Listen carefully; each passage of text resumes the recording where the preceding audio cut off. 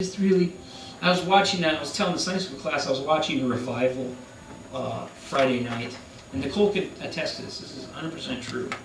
Strangest thing I ever saw. They had a lady who was a psalmist, and that's what they called her, and they gave her the microphone, and she started, there was a guy playing the organ in the background. He was like, she's like, ooh, there are people here who need a touch from God today. I sense it right, brother, I want you to come up here. And she started singing, and people were coming up, and she brought a whole family up.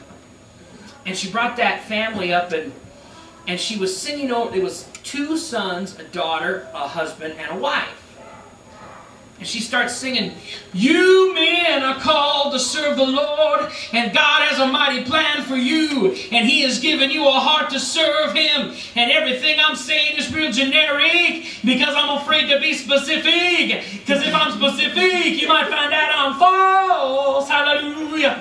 And as she was doing that, as she was singing over those people, the father was just kind of like, this is weird.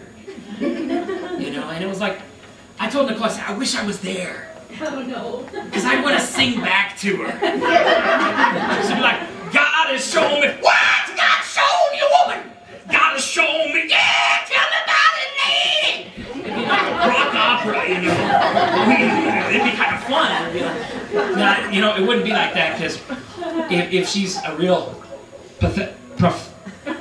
prophetic person,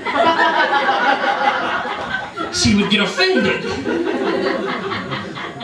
She would probably say, God's telling me you're mocking my spirit of prophecy, brother.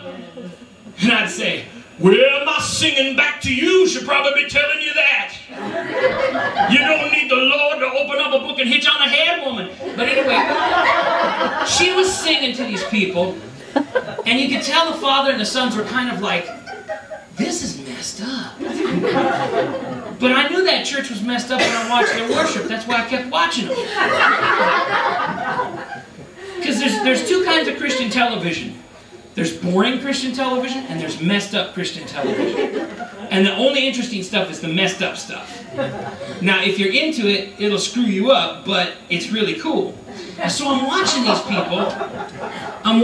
people, and all of a sudden this lady standing next to her husband, she's like,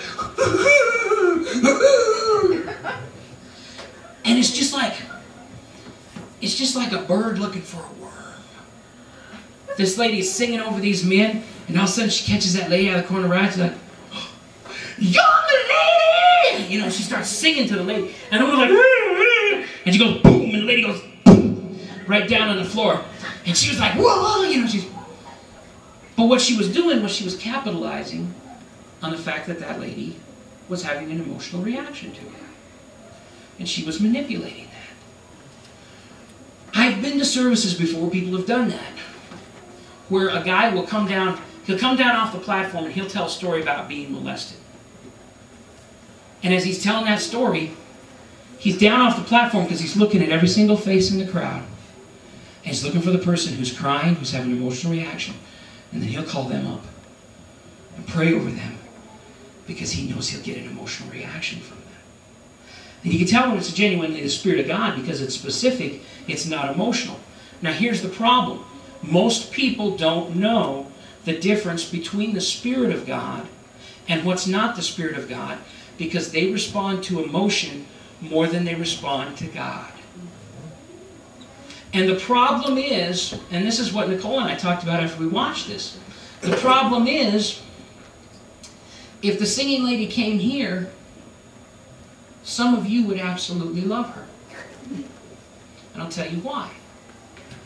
Because you're so far away from God that you haven't had an emotional experience with Him for a long, long time.